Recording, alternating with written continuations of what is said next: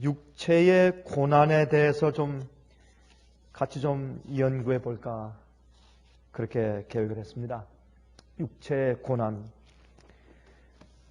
베드로 전서 4장 1절과 2절을 펴서 같이 읽어보도록 하시겠습니다. 베드로 전서 4장 1절과 2절을 펴서 읽어보도록 하십니다.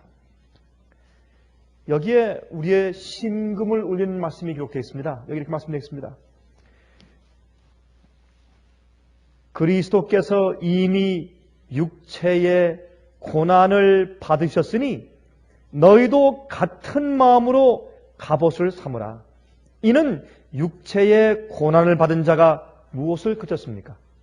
죄를 그쳤음이니 그 후로는 다시 사람의 정욕을 쫓지 않고 오직 하나님의 뜻을 쫓아 육체의 남은 때를 살게 하려 함이라. 자, 7절 보시겠어요? 이제 7절. 만물의 마지막이 가까웠으니 그러므로 너희는 정신을 차리고 근신하여 기도하라. 여러분, 여기 있는 이 말씀은 예수께서 육체 고난을 받으신 다음에 죄를 그쳤다. 그러므로 우리도 같은 마음을 가지고 죄를 그치자. 우리가 사람의 정욕을 쫓지 않고 하나님의 뜻을 쫓아서 이제 남은 때를 살자 하는 이 말씀은 7절에 있는 말씀과 깊은 연관이 있습니다. 이제 만물의 마지막이 가까웠다. 여러분, 우리는 만물의 마지막이라고 하는 것은 꼭 마지막 시대 예수께서 오실 때에만 적용되는 것이라고 생각을 합니다. 아닙니다. 이 세상엔 각 사회마다, 나라마다, 그때마다 하나님의 은혜의 시간이 끝나는 때가 있었습니다. 우린 그것을 이해해야 합니다. 개인에게도 은혜의 시간이 끝날 때가 있고, 가정에게도, 그 교회에게도, 그 나라에게도, 그때 세상 전체에 은혜의 시간이 끝나는 때가 종종 있었습니다. 종종 있는 것이 아니라 사실 항상 있어 왔습니다. 종종 있다는 말을 제가 버려야 되겠습니다. 항상 있어 왔습니다. 노아 시대에는 온 세상에 한 번 은혜의 시간이 끝났습니다. 그렇지 않습니까? 또 소돔과 고모라 유대교회 시대에, 그렇죠? 여러분, 갈멜산상에서 각 모든 시대마다 사실은 빛의 전달과 그 빛을 어느 정도까지 거절했는가 하는 데 따라서 계속해서 은혜의 시간의 마침이 계속 각 시대마다 있었습니다. 베드로가 지금 이 베드로 전서를 기록할 때도 그 당시에 은혜의 시간이 마침이 있었어요. 그래서 말하기를 만물의 마지막이 가까웠으니, 물론 자기들이 살 때 자기들이 사는 그 당시에 예수께서 오실 것이라는 그런 기대도 있었기 때문에 이런 말을 했을 가능성이 있지만, 그러나 그보다 더 이때는 엄청난 그리스도인들에게 초대교회에 굉장한 핍박과 시련이 닥쳐오고 있었습니다. 특별히 무슨 시련인가 하면 네로 황제가 로마 시를 재건축하기 위해서, 여러분, 네로 황제는요 건축가였습니다. 네로 황제는 새로운 건물을 짓는 것을 굉장히 즐겨하는 그런 왕이었습니다. 아주 악한 폭군이었죠. 그러나 새로운 건물 짓는 이 건축의 광이었습니다. 이 역사에 보면 네로 황제가. 그래서 이 로마 시가 전체를 뜯어 고치고 싶었습니다. 자기 때. 공로를 세우고 그런 모습을 보고 싶었습니다. 외국에서 이 조공들이 계속 들어와서 돈은 있는데 이 로마 시를 전체를 뜯어 고쳐야 할 텐데, 그렇게 하기 위해서는 불을 질러야 되겠습니다. 그래서 로마 황제인 네로가 사실은 로마 시에 큰 방화, 불을 질렀습니다. 그렇게 한 다음에 원성이 높아지자 이제 이것이 기독교인들이 했다고 이제 기독교인들에게 그 모든 블레임을, 모든 원망을 또 넘겼습니다. 그래서 이것 때문에 엄청난 기독교인들을 위한 핍박이 그 당시에 일어오고 있었습니다. 이것은 그 나라 로마를 향한, 그 당시 사회를 향한, 그 당시 네로의 왕과를 향한, 또 믿는 사람들에게 정말 하나님께서 정말 그들이 진짜로 믿고 있는지 아닌지를 살펴볼 수 있는 그런 좋은 계기가 되었습니다. 여러분, 하나님께서 이런 고난들, 이거를 주님께서 없앨 수 있지만은 주님께서 강제로 그것을 없애지지 않으십니다. 마귀가 고난 줄 때 주님께서 그 고난을 오히려 정말 믿는 자들의 심령 가운데 정말 믿는 것인지 아닌지를 알아보기 위해서 주님께서 테스트하는 그런 방법으로 사용하시는 것을 우리가 종종 볼 수 있는 것입니다. 이때 만물의 마지막이 가까웠습니다. 정말 정신을 차리고 열심히 살아야 될 때가 되었습니다. 근신할 때가 되었습니다. 이제 그리스도인들에게 이때 은혜 시간이 지나가는 때였습니다. 이 당시에는 그 말씀을 좀 말씀하고 있는 것입니다. 여러분, 예수께서 무슨 육체 고난을 받았습니까? 물론 이것은 1차적으로 십자가의 고통을 당하셨기 때문에 죄를 주님께서 용서하시고 죄를 끝마치시는 일을 하셨습니다. 그거 사실입니다. 물론 그렇게 우리가 이해할 수 있지만 그러나 그것만이 아닌 것을 알 수 있어요. 그것만이 아닙니다. 매일 우리가 하나님의 뜻을 따라 순종하며 살려고 하면 무엇이 다릅니까? 무엇이 있습니까? 육체의 고난이 있습니다.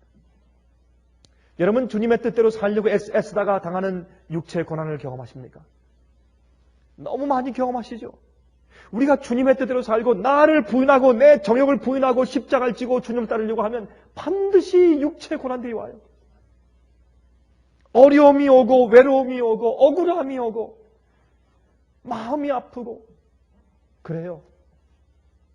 이곳에서 터지고 저곳에서 터지고 마귀가 가만 놓아두려고 하지 않는 것입니다. 왜? 자기의 수하에 자기의 컨트롤 속에 없는 영혼이 있는 것을 볼 때 그는 가만히 그 불편해서 가만히 있을 수가 없어요. 마귀는 어떻게 해서든지 흔들어서 그 사람을 쓰러뜨려서 자기의 손아귀에 넣으려고 마귀는 공격하는 것입니다. 개인들에게, 교회에게, 가정에게, 나라에게 공격하는 것입니다. 끊임없이. 그래서 육체의 고난이 있습니다. 예수께서 말씀하시길 그러므로 너희가 나를 따라오려거든 너희 자신을 부인하고 자기 십자가를 지고 매일 나를 쫓아라 했습니다. 왜 그렇게 말씀하셨을까요? 왜 예수님께 와서 가만히 있으라 라고 말씀하시지 않고 와서 나를 쫓으라. 주님께서 우리를 어디로 인도하시는지 우리가 잘 모르는 겁니다. 그저 따라가야 합니다. 여러분, 14만 4천은 어린 양이 어디로 인도하든지 따라가는 자들이라고 말했습니다. 우리가 우리 자신을 부인하고 내 정욕을 부인하고 내 원하는 것을 부인하고 내 의지를 굴복하면 십자가를 지기 위해서 찾아 나설 필요가 없어요. 십자가 우리한테 와요. 우리가 우리 자신을 부인하고 우리가 매일 주님의 뜻을 순종하려고 굴복하면 반드시 육체의 고난이 오게 되어 있습니다. 십자가를 지게 되어 있어요. 십자가 우리한테 와요. 여러분, 십자가를 찾을 필요가 없어요. 내 십자가가 어디서 올까 찾을 필요가 없어요. 십자가가 와요. 그 즉시로. 순간적으로 와요. 이것을 모르는 사람들은 그리스도인들이 아닙니다. 십자가 지는 경험을 모르는 사람들은 그리스도인들이 아닙니다. 여러분, 예수님의 고난의 생애는 하나님의 뜻을 따라 살게 될 때에 생기는 마귀와 악한 자들의 공격을 보여주는 것입니다. 예수님의 십자가는 무엇입니까? 예수님처럼 살면 우리도 십자가에 못 박힐 것입니다. 예수의 생애는 의롭고 거룩하게 살면 어떻게 되는가 하는 것을 보여주는 모습이 십자가입니다. 사실 우리 생애에 예수님 같은 그런 핍박이 없는 이유는 우리가 예수님처럼 의롭고 거룩하게 살지 않기 때문인 것이 분명한 것입니다. 여러분, 그 사실 인정하십니까? 왜 우리에게 고난이 없고 왜 우리에게 핍박이 없는가? 왜 우리에게 마지막 핍박이 짐승의 표가 아직 없는가? 교회가 정결하고 거룩하게 살지 않아서 그렇습니다. 이유가 없습니다. 이유가 없습니다. 여러분, 초대교회에 있던 핍박이 지금도 분명히 있을 수 있고 초대교회 그들이 행한 놀라운 기적과 성령의 역사가 우리에게도 지금 있을 수가 있습니다. 우리가 그들처럼 거룩하게 살면 지금도 우리에게 그런 경험이 있을 수가 있습니다. 의인의 생애가 거룩하고 깨끗하면 반드시 고난이 생기게 되어 있습니다. 이 육체의 고난은 죄와 싸울 때 생기는 고난입니다. 육체의 정욕을 부인할 때 생기는 십자가입니다. 자기를 부인하고 십자가를 지고 따를 때 생기는 육체의 고난입니다. 여러분 아시죠? 히브리 5장 좀 가서 보실까요? 히브리 5장을 좀 가서 보십시다. 히브리 5장 7절부터 9절.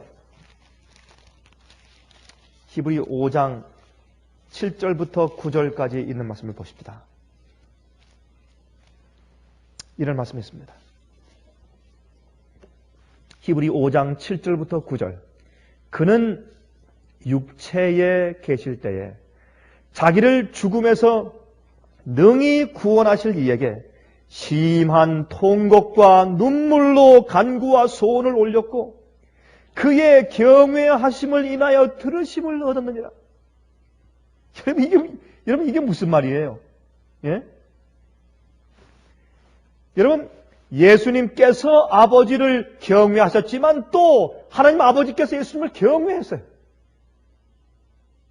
하나님 아버지가 예수님 보고서 놀라셨어요. 어쩌면 저렇게 거룩한 생활을 인간의 육체 가운데 살 수 있겠는가?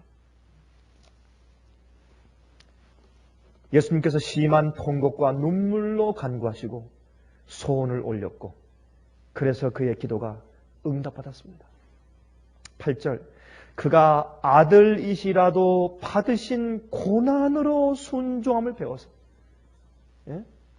예수님께서 쉽게 순종을 배우신 것이 아니라 예수님께서 의를 위해 사시고 깨끗하게 사시고 거룩하게 사시고 죄 없이 사실 때 그의 육체 가운데 이르러오는 고난들을 매일 경험하심으로 그렇게 해서 순종을 배우시고 그런 고통을 통해서 온전하게 되었습니다. 9절 보십시오. 그렇게 순종을 배워서 온전하게 되었은즉 자기를 순종하는 모든 자에게 영원한 구원의 근원이 되시고 영원한 구원의 근원이 되시고 여러분 우리가 영원히 구원받는 자들은 이 땅에서 육체의 고난을 경험하는 자들입니다. 육체의 고난을 경험하지 않는 자들은 한 명도 하늘에 있을 수가 없습니다. 여러분 이 사실 여러분 동의하십니까? 너무 잠잠하기 때문에 동의하는 건지 안 하는 건지 제가 몰라서 한번 물었습니다. 여러분들이시여 정말입니다. 우리가 육체의 고난을 의롭게 살다가 받는 육체의 고난을 경험하지 못하면 우리는 하늘 갈 수 없습니다. 근데 많은 경우에요. 우리의 실수와 우리의 잘못으로 고난들을 받죠. 그거 말고 여기에 육체 고난을 받은 자가 죄를 그쳤다라고 하는 것은 의를 위해서 핍박받는 것이고 거룩하게 살다가 마귀의 공격 대상이 되는 그런 육체의 고난을 말하는 것입니다. 여러분 예수님의 생애를 가장 잘 기록한 책인 시대의 소망 71페이지를 읽겠습니다. 71페이지에 다음과 같이 말씀드렸어요. 한번 들어보세요. 사탄은 나사렛의 아기 예수를 정복하기 위해 지칠 줄 모르게 노력하였다. 예수는 아주 어렸을 때부터 하늘의 천사들의 보호를 받았으나 그럼에도 불구하고 그의 생애는 흑암의 권세에 대항하여 싸운 긴 투쟁의 생애였다. 여러분 예수님의 33년 반 동안의 생애는 정말 긴 생애였습니다. 거룩한 생을 살면서 마귀의 공격이 제일 표적이 되는 생애가 33년 반이었으니 얼마나 긴 생애였습니까? 이 지상에 악의 더럽힘을 받지 않고 사는 사람이 한 명이라도 있다는 사실은 흑암의 왕에게 불쾌하고 당혹스러운 일이었다. 그는 예수를 시험에 빠뜨리기 위하여 온갖 수단을 다 썼다. 인간의 어떤 자녀도 우리 구주가 당하셨던 것처럼 그렇듯 치열한 시험과의 투쟁 속에서 거룩한 생애를 살도록 부르심을 받을 자는 없을 것이다. 예수님처럼 그런 육체의 고난 가운데 살도록 부름받을 자가 과거에도 없었고 앞으로도 없습니다. 그러한 예수께서 죄를 그쳤습니다. 그것이 우리의 영생의 우리 구원의 근원이고 거룩함의 근원이고 우리의 완전함의 근원이에요. 우리가 의를 위해 살고 주 앞에 순종하기 위해 살고 여러분 내가 정욕을 부인할 때 오는 고통 내 욕심을 부인할 때 오는 고통 말이죠. 내가 내 원하는 대로 하려고 하다가 아니다. 이건 주의 뜻이 아니다. 그걸 버리는 고통 말이에요. 팔을 잘라버리는 고통, 내 눈을 빼버리는 고통 말입니다. 내 의지를 굴복하는 고통, 내가 그 죄를 다시 한번 하고 싶은 그 마음의 욕망이 솟아올라서 견딜 수 없을 때 정말 이 팔을 잘라버리는 것처럼 내 다리를 잘라버리는 것처럼 그것이 나를 죽이는 경험 아니에요? 너희가 두 팔을 가지고 지옥 가는 것보다 한 팔 없이 한 팔만 가지고 하는 것이 낫다. 너희가 두 눈을 가지고 성한 눈으로 지옥 가는 것보다 눈 하나 빼어버린 다음에 하늘 가는 것이 훨씬 낫다. 그거는 우리가 죄와 싸울 때, 죄의 욕심을 버릴 때 오는 육체의 고난을 말하는 것이에요, 여러분. 죄를 포기할 때 얻는 육체의 고난을 경험하지 않는 자는 한 명도 구원을 얻지 못할 것이에요. 그건 여러분 고통이에요. 내 속에 하나님의 뜻과 내 뜻이 상반되고 어긋날 때, 그때 내 뜻을 굴복하는 것은 육체의 고난을 주어요. 아파요, 그것이. 힘들어요. 10년, 20년, 30년 동안 쌓아온 죄의 습관을 끊는 것이 왜 쉽겠습니까? 어려운 것입니다. 그렇게 해서 투쟁과 치열한 싸움 속에서 주님이시여 나를 도와주시옵소서. 내 자신을 꺾을 때 오는 그 고통. 그렇게 내가 내 육체의 고난을 받으면서 내 죄의 욕심을 주 앞에 드리고 굴복하고 내 뜻을 주 앞에 굴복하고 드릴 때, 그때 마귀가 나를 공격하는 핍박과 어려움을 주는 시련의 고통, 그것이 육체의 고난이에요. 어떻게 이런 육체의 고난 없이 우리가 하늘을 얻겠습니까, 여러분? 생각해 보세요. 어떻게 우리가 그런 고난이 없이 어떻게 감히 하늘을 바라보고 영원히 살 것을 바라볼 수 있겠어요? 그런 염치 없는 짓이 세상에 어디 있어요, 여러분? 생각해 보세요. 예? 그런 염치 없는 짓이 세상에 어디 있어요? 얼마나 값싼 은혜가 잘못되는지 이것만 보아도 알 수가 있습니다. 같은 책 88페이지와 89페이지에 다음과 같이 말씀드리는 것을 제가 읽었습니다. 인간이 당하는 온갖 쓰디쓴 슬픔 중에 그리스도께서 맛보지 않은 것은 하나도 없었다. 참 생각해 보세요. 인간이 당하는 온갖 쓰디쓴 슬픔 중에 그리스도께서 맛보지 않은 것은 하나도 없었다. 예수의 가문을 이유로 그를 멸시하려고 하던 사람들이 있었으며, 너희 어머니가 몰래 바람 펴서 너를 잉태했다면서? 이런 것들. 어릴 때부터 그런 얘기를 들었어요, 예수님께서. 어릴 때부터.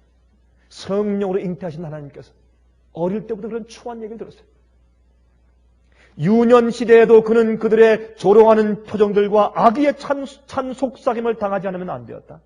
만일 그가 한마디의 조급한 말로나 표정으로 응수하였더라면, 또는 단 한 번이라도 부정한 행위를 함으로 그의 형들에게 양보하였더라면 그는 완전한 모범이 되지 못했을 것이다.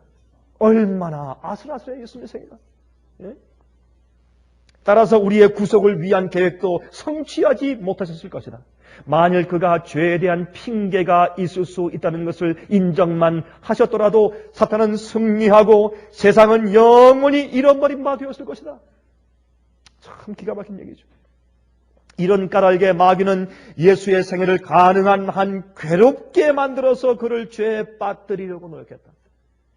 이게 마귀가 우리를 시련 주는 것입니다. 시련을 주어서 괴롭게 만들어서 그만 낙심해서 떨어지도록 하기 위해서 마귀가 계속 공격하는 것입니다. 예수께서는 자신의 권리를 위하여 싸우지 않으셨다. 예수께서는 자신의 권리를 위해서 싸우지 않으셨다. 그는 불평하지 않고 즐거운 마음으로 하였기 때문에 그의 일이 불필요하게 어려웠던 때도 있었다. 예수님께서 그래 알겠습니다. 예 하고 너무 순종해서 웃으면서 찬송을 부르면서 하시니까 사람들이 괜찮은 모양이다. 어렵지 않은 모양이다. 일을 더 줬을지 몰라요. 그러나 그는 약해지거나 낙담하지 않으셨다. 그는 마치 하나님의 얼굴의 광채 속에서 행하시는 것처럼 이러한 고난들을 초월하여 사셨다. 여러분이시요, 육체의 고난들을 이기는 길이 하나 있어요. 그것을 육체의 고난을 받지 않고 피하려고 해서 이기는 것이 아닙니다. 그 육체의 고난들을 초월해서 사는 것입니다. 육체의 고난 속에서 예수 그리스도의 즐거움을 얻는 것입니다. 하나님께서 베푸시는 성령의 은혜와 평화를 얻는 것입니다. 구원의 즐거움을 경험하는 것입니다. 그래서 내 속에 들어오는 마귀의 공격의 육체의 고난보다 오히려 하늘이 주는 평화와 즐거움이 더 커야 합니다.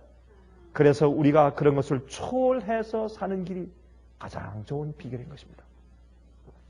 이렇게 또 말씀했습니다. 그는 난폭한 대우를 받을 때에도 보복하지 않으시고 모욕을 참을성 있게 견디셨다.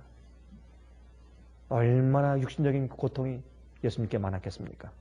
이걸 말씀하십니다. 그러므로 너희도 같은 마음을 가지고 갑옷을 삼으라. 여러분, 예수의 마음이 어떤 마음이었습니까? 나는 죽어도 아버지의 뜻을 거스르지 않는단 말입니다. 내가 십자가에 가서 고난을 당할지라도 넌 아버지 뜻대로 산단 말입니다. 그것이 예수의 마음이에요. 다른 거 아니에요. 우리도 그런 마음을 가지고 어떻게 육체의 고난을 가지고 무엇을 그치자? 죄를 그치자 말이에요. 다른 이유가 아니에요. 여기 있는 말씀은 왜요? 이제 만물의 마지막이 가까웠으니까. 그 당시에 만물의 마지막이 가까웠어요. 그때 수많은 사람들이 잡혀가서 어떻게 화형당해 죽고 사자밥이 돼 죽고 엄청나게 죽었어요. 만물의 마지막이 정말 가까웠어요. 교회에 핍박 때문에 은혜 시간이 지나가요. 그때 타협하는 자와 신실한 자, 알곡과 가라지가 교회 안에서 갈라졌어요. 그 당시에 만물의 마지막이 그때 가까웠습니다. 지금도 마찬가지예요. 지금도. 앞으로 이제 곧 다가오는 짐승의 표의 환란을 보면 이제 뭐가 오는 것입니까? 교회. 만물의 마지막이 가까워요. 은혜 시간이 끝나요. 그러기 전에 어떤 일이 있어야 합니까? 예수의 마음을 받고 육체의 고난을 당하는 연습을 하라고 말합니다. 근신하라 말입니다. 근신.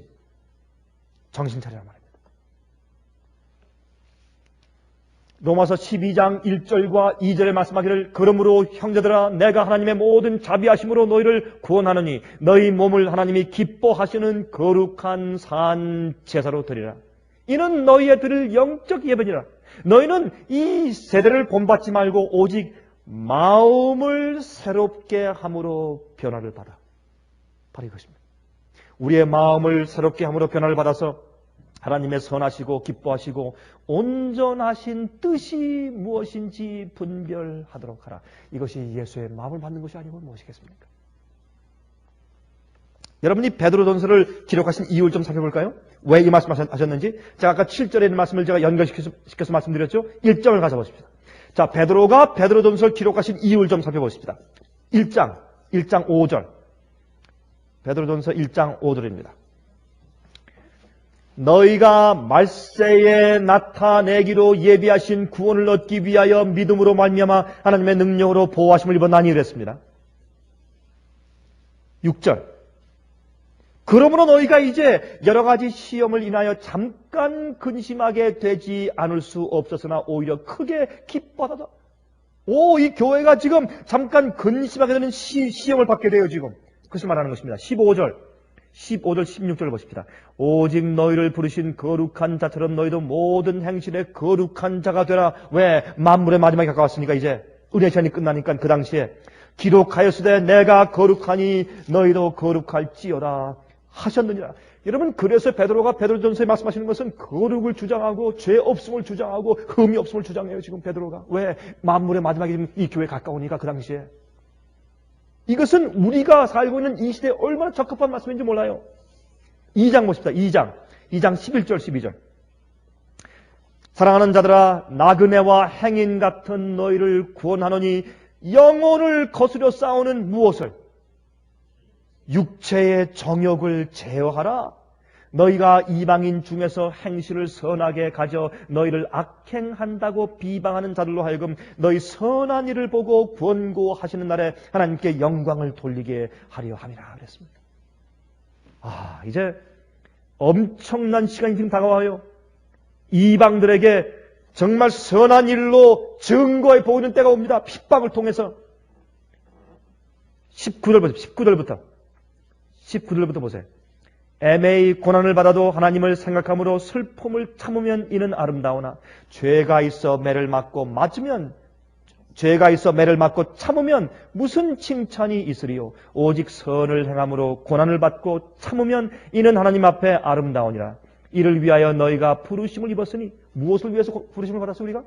주님 위해서 고난받기 위해서 부르심 받았어요. 이제 이를 위하여 너희가 부르심을 입었으니 그리스도도 너희를 위하여 고난을 받으사 너에게 본을 끼쳐 그 자취를 따라오게 하려 하셨느니라.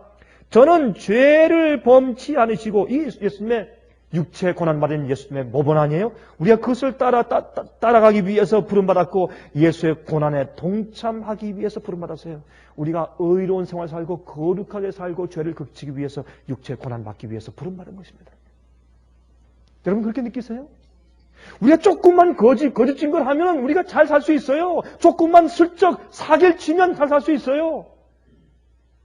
속이면 잘 살 수 있고. 어떤 의미에서? 왜요? 부정직한 자들이 더 잘 되는 것 같은 세상에 우리가 살고 있기 때문에 그러나 그런 것들을 우리가 부인하고 의롭게 살려고 선택하면 육체에 고난이 와요. 고난이 와요.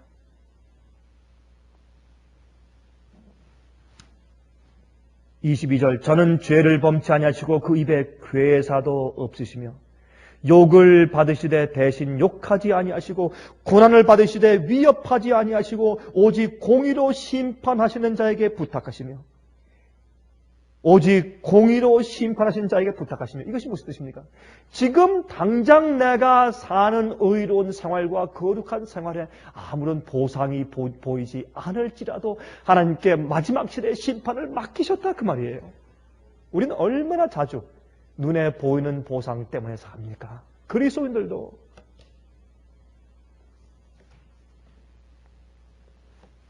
우린 가끔 그런 생각을 합니다. 우리가 주의 뜻대로 잘 살면 주님께서 반드시 우리에게 이 땅에서도 축복하시고 이 땅에서도 50배, 60배 축복하시고 하늘에서도 영생으로 보상하시고 안 그럴 수도 있어요.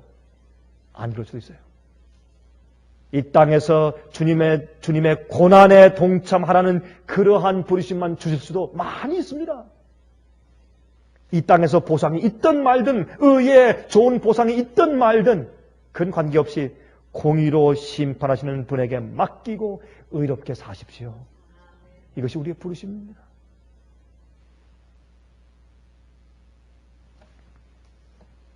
(3장) 보십시다. 베드로전서 3장 14절. 베드로전서 3장 14절 보십시오. 그러나 의를 위하여 고난을 받으면 복이 있는 자니 저희의 두려움을 두려워 말고 소동치 말고 그랬습니다. 의를 위하여 고난을 받을 때 복이 있다 그랬습니다. 17절. 선을 행함으로 고난받는 것이 하나님의 뜻일진데 악을 행함으로 고난받는 것보다 나으리라. 우리가 선을 행함으로 고난받는 것이 주님의 뜻이고 우리의 부르심이라고 했습니다. 자, 4장 12절부터 보십시다. 4장 12절부터. 사랑하는 자들아 너희를 시련하려고 오는 불시험을 이상한 일 당하는 것 같이 이상히 여기지 말고 오직 너희가 그리스도의 고난에 참여하는 것으로 어떻게 하라? 즐거워하라. 이는 그의 영광을 나타나실 때 너희로 즐거워하고 기뻐하게 하려 함이라. 참 여러분 이거 어려운 일입니다. 고난당할 때 즐거워하라. 14절 너희가 그리스도의 이름으로 욕을 받으면 복이 있는 자로다. 영광의 영 곧 하나님의 영이 성령께서 너희 위에 계심이라. 여러분이시여 우리가 성령의 감동이 우리 마음 가운데 있을 때만 이것이 가능합니다. 예수의 마음을 가지고 있어야만 육체 고난당할 때 즐거워할 수 있고 찬송할 수가 있어요. 이것은 기적입니다. 일반적인 인간의 마음을 가지고 불가능한 것입니다. 하나님의 영이 우리 마음 가운데 거하시면 우리가 그렇게 할 수 있습니다. 전 그것을 원합니다. 정말 전 간절히 원합니다. 이 시간에 전 정말 주의 영이 제 마음 가운데 계셔서 고난 가운데 육신의 고난 가운데 즐거워하길 원합니다. 그것을 복으로 여기길 저는 원합니다. 주의 영이 제 마음 가운데 계시길 원합니다. 네로 황제의 고소 때문에 로마시의 화제를 그리스도인들의 책임을 돌림으로 억울한 환난과 핍박이 그들에게 다가오고 있었습니다. 불시험이 오고 있었습니다. 그때 이제 베드로가 말합니다. 너희가 이것을 이상한 일로 여기지 말아라. 이제 그리스도를 위해서 고난받을 때다. 육체 고난이 온다. 너희의 거룩함과 의로움 때문에 선한 행실 때문에 고난받으라. 너희가 고난받을 때 그때 너희 속에서 죄와 감추어져 있는 죄가 드러나지 않게 해라. 너희를 잡아올 때 잡고 보니까 너희가 이런 잘못을 했구나. 너 이런 잘못을 했네? 이렇게 속였구나. 이런 일을 했구나 하면 얼마나 망신스럽겠어요, 여러분. 환난이 오기 전에 우리 생애 가운데 죄가 없어야 돼요, 전혀. 남들이 우리 속에서 찾을 고소할 것들이 없어야 합니다, 여러분.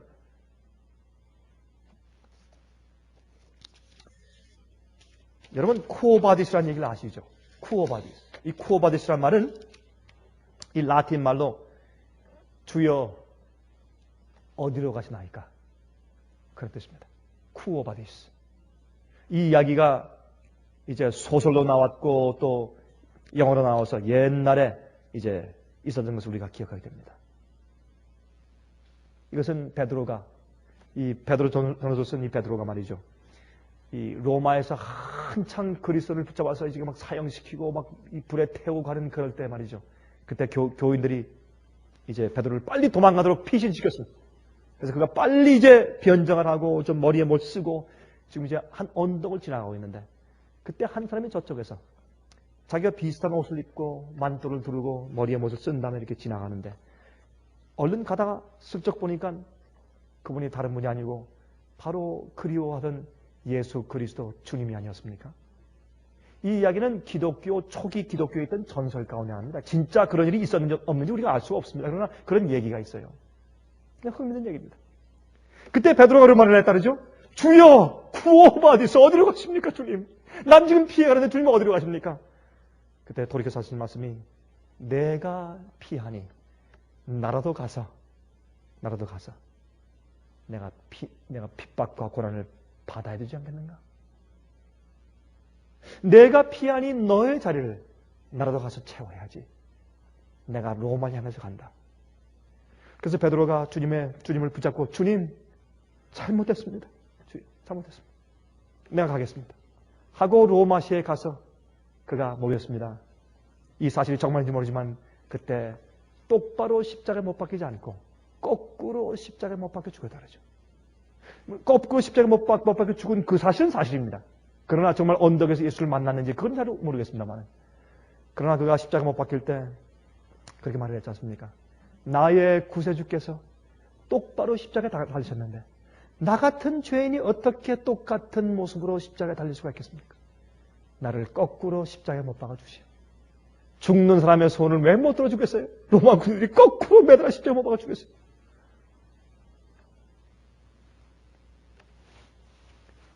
여러분 베드로의 그 이야기를 우리가 지금 이해할 수 있게 됩니다. 이 말씀을 가만히 읽으면서 15절부터 베드로전서 5장 4장 15절부터 말입니다. 너희 중에 누구든지 살인이나 도적질이나 악행이나 남의 일을 간섭하는 자로 고난을 받지 말려니와. 여러분 우리말이죠. 자주 말이죠. 남의 일 간섭하다가 고난받아요. 싸움이 생기고 파가 생기고 예? 만일 그리스도인으로 고난을 받은 즉 부끄러워 말고 도리어 그 이름으로 하나님께 영광을 돌리라. 하나님 집에서 무엇을요? 하나님 집에서 심판을 시작할 때가 되었나니 만일 우리에게 먼저 하면 하나님의 복음을 순종치 아니하는 자들의 그 마지막이 어떠하며. 여러분 이런 환난이 올 때는 은혜의 시간이 지나가는 것이에요. 교회 교인들에게도 지나가지만 교회 교인들이 여러분 이렇게 어려움 당하면 안 믿는 사람들은 오죽하겠어요. 그 심판이. 그 말씀 말하는 것입니다. 18절 또 의인이 겨우 구원을 얻으면 경건치 아니한 자와 죄인이 어디서리요. 그러므로 하나님의 뜻대로 고난을 받는 자들은 또한 선을 행하는 가운데 그 영혼을 미쁘신 조물주께 부탁할지어다. 그랬어요.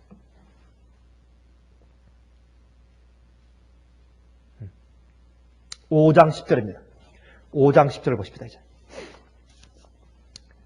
5장 10절 모든 은혜의 하나님 곧 그리스도 안에서 너희를 부르사 자기의 영원한 영광에 들어가게 하신 이가 잠깐 고난을 받은 너희를 친히 온전케 하시며 굳게 하시며 강하게 하시며 터를 견고케 하시리라. 여러분 저는 마지막 환난이 속히 왔으면 좋겠습니다. 저는 그런 생각이 들어요. 많습니다. 좀 안타깝네 그런 생각이. 그 이유는 제가 환난을 자초하고 싶어서 하는 얘기는 아닙니다. 아직 준비되지 않은 자들 위해서 우리가 기도해야 하는 건 사실입니다. 그러나 이왕 올 건 속히 와서 교회가 좀 빨리 속가지고 말이죠. 가라지가 빨리 나가고 폭풍이 좀 빨리 불어서 좀 흔들려서 좀 교회가 순결케 되는 것을 보았으면 좋겠어요. 제 마음 가운데. 저는 그래서 그런 말을 하는 것입니다. 속히 끝났으면 좋겠어요. 속히. 여러분 이러한 육체의 고난을 경험하면 우리 마음 가운데 남이 알지 못하는 평화가 있습니다. 세상이 주지 못하는 평화를 그때 경험하는 것이에요. 우리가 괜히 말하죠. 세상이 주지 못하는 평화를 우리가 얻는다. 아무에게나 주는 것이 아니에요. 우리가 의롭고 거룩하게 살기 위해서 세상과 나를 굴복하고 죄를 버리기 위해서 육체의 고난을 당하며 남은 때를 살 때 그때 남이 알지 못하는 세상이 주지 않는 평화가 우리 마음속에 들어오는 것입니다.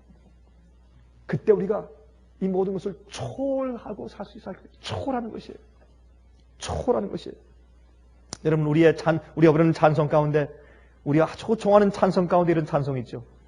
하늘 가는 밝은 길이 내 앞에 있으니 슬픈 일을 많이 보고 늘 고생하여도 읽을 때 이렇게 늘자 좀 길게 해야 돼요. 늘 고생하여도 이렇게 해야 돼요. 우리 한국말 실질적으로 읽으려면 하늘 영광 밝음이 어두운 그늘 해치니 예수 공로 의지하여 항상 빛을 보도다. 여기 있는 말씀은 앞뒤가 맞지 않아요. 그렇죠? 슬픈 일을 많이 보고 늘 고생하는데 어떻게 항상 빛을 보고 하늘 빛이 항상 내 앞길에 있어요. 이건 앞뒤가 맞지 않는 얘기지만 이것이 육체 고난 받는 사람들의 경험이 아니려면 이것이 하늘의 평화의 경험이고 구원의 즐거움의 경험이 아니에요, 여러분. 타협하는 자들 마음 가운데는 이런 경험이 있을 수가 없어요. 하늘에는 밝은 길이 있을 수가 없어요. 어떻게 보여요, 그게? 타협하고 마음이 어두운데 어떻게 보여요, 그게? 여러분, 안 되지. 여러분 아십니까? 이 찬송가는 한국 사람들에게 아주 가까운 찬송인 것을 여러분 아세요? 여러분 아세요? 이 찬송가를 지으신 윌리엄 스왈런 목사님은 1892년도에 한국에 가서 48년 동안 일하던 한국의 선교사였습니다. 이 찬송을 지은 분이 하늘 가는 밝은 길이 내 앞에 있으니 슬픈 일을 많이 보고 늘 고생하여도 하늘 영광 밝음이 어두운 그늘 해치니 예수 공로 의지하여 항상 빛을 보다가 이 찬송가를 쓴 분이 한국으로 갔던 선교사였습니다. 그가 1892년도에 한국에 와서 일을 시작했는데 나중에 일본과 미국 간의 전쟁이 터지다 나중에 추방당했어요. 이 목사님이. 추방당한 다음에 그는 초대 한국 기독교에 터져 놓은 사람들이 그 가난과 일제 핍박 속에서 교회에 가서 눈물 흘리며 기도하고 말이죠. 그들이 의롭고 그렇게 살고 신사참배하지 아니하고 그들이 고난당하며 살던 그들의 의로움과 그들의 핍박과 그들의 슬픔을 기억하고 그가 하루는 찬송가에 가사를 지었는데 한국 사람들의 초대교회의 그 고통을 기억하며 쓴 가사가 하늘 가는 밝은 길이 내 앞에 있으니 찬송가예요, 여러분. 여러분 아셨어요? 옛날 이 세계 전체에 팔레스타인에 있던 초대교회뿐만 아니고 한국의 초대교회도 그렇게 시작했어요.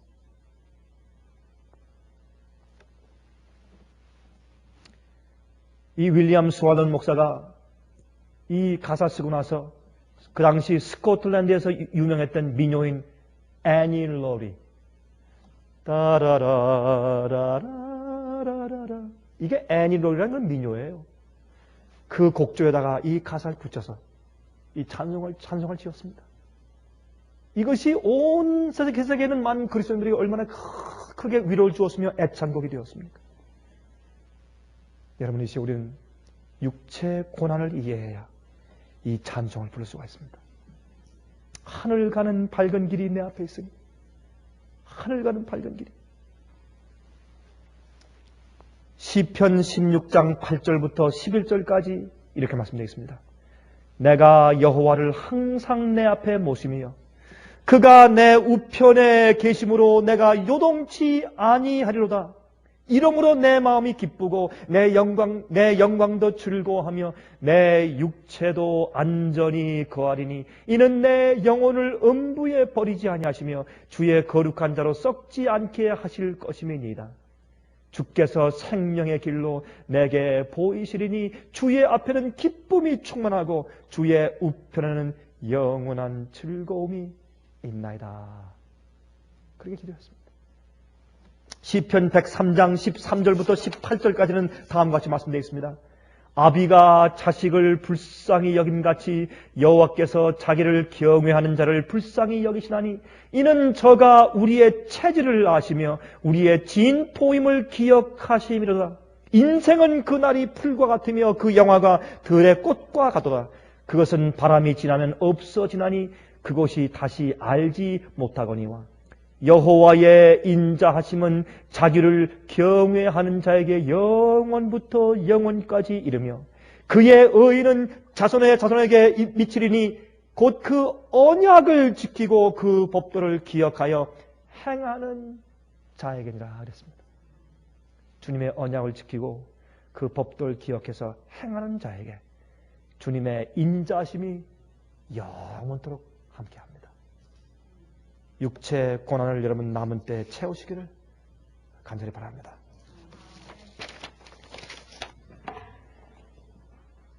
하늘에 계신 우리 아버지시여, 우리가 이 땅에서 살아야 얼마를 살겠습니까? 우리가 젊든지 나이가 많든지 간에 우리가 살아야 그저 한평생이고 잠깐 있다가 갈 안개 같은 존재들입니다. 주여, 우리가 진리를 알고 주님의 거룩한 사랑을 알았은즉 우리의 남은 때를 우리의 육체의 고난으로 채우길 원합니다. 예수 그리스도의 고난에 참여하길 원하오니 저희를 도와주시옵소서.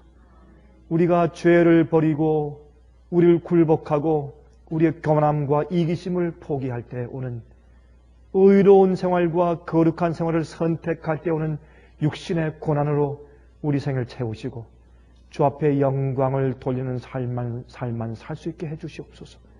아버지시여, 우리가 선함과 의로움으로 고난받을 때 우리 주위에 있는 사람들이 주 앞에 영광 돌리며 구원 얻게 될 수 있게 사오니 저희를 도와주시옵소서. 아버지, 옛날 베드로가 이 편지를 쓸 때 있었던 것처럼 이제 우리에게 은혜 시간이 지나가는 때가 곧 이르러오는 것처럼 주여, 우리가 그것을 베드로 전서에 쓰신 말씀처럼 우리도 그 말씀을 깊이 이 시대에 맞춰서 이해할 수 있도록 도와주시옵소서. 하늘에 계신 아버지시여, 저희를 도와주시옵소서. 이제 우리도 참으로 고난에 들어갈 때에 세상이 우리 속에서 죄를 발견치 않을 수 있도록 저희를 깨끗하게 해 주시옵소서. 예수 그리스도의 거룩하신 이름을 의지하여서 간절하게 기도합니다. 아멘.